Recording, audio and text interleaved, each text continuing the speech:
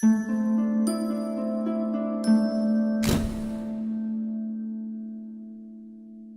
everybody, this is Suzanne. I'm in the trace evidence section at the BCI laboratory. What is trace evidence?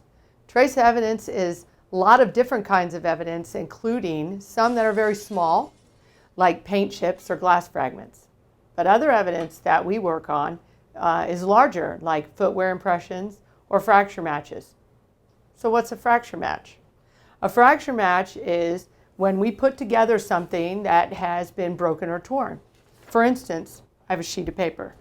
If I tear this piece of paper, I get two pieces with a unique tear. I can take another piece of paper and tear it in a similar manner. You can tell that these line up and these line up, but they don't fit together if we switch them. So this piece would not line up with this piece. Fracture matches are individual.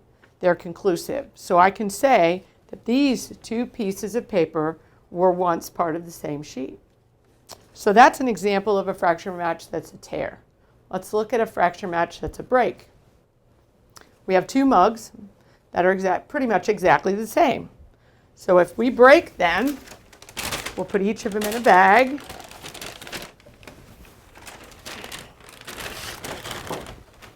You notice I'm wearing my protective glasses to protect my eyes. Then I'm going to take this hammer, I'm going to break them, and we're going to look at what we get.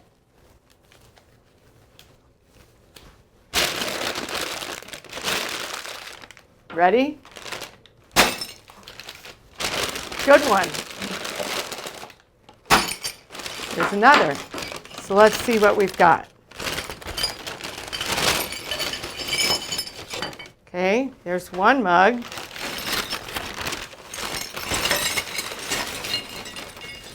And here's our other mug.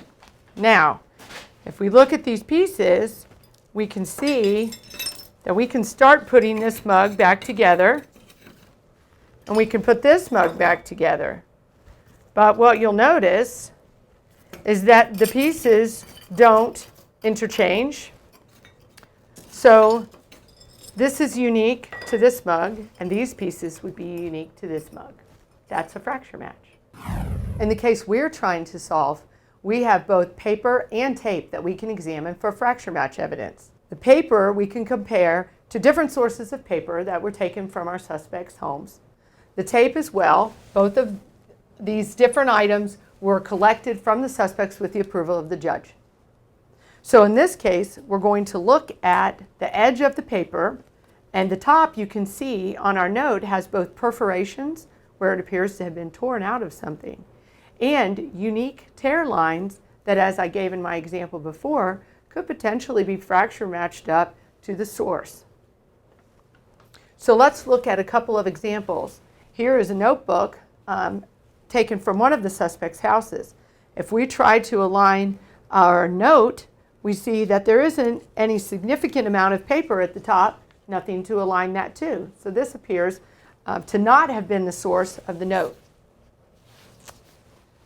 We have a spiral-bound notebook. This notebook has the perforations along the side, and as we can see, the perforations are along the top. So we can eliminate this notebook.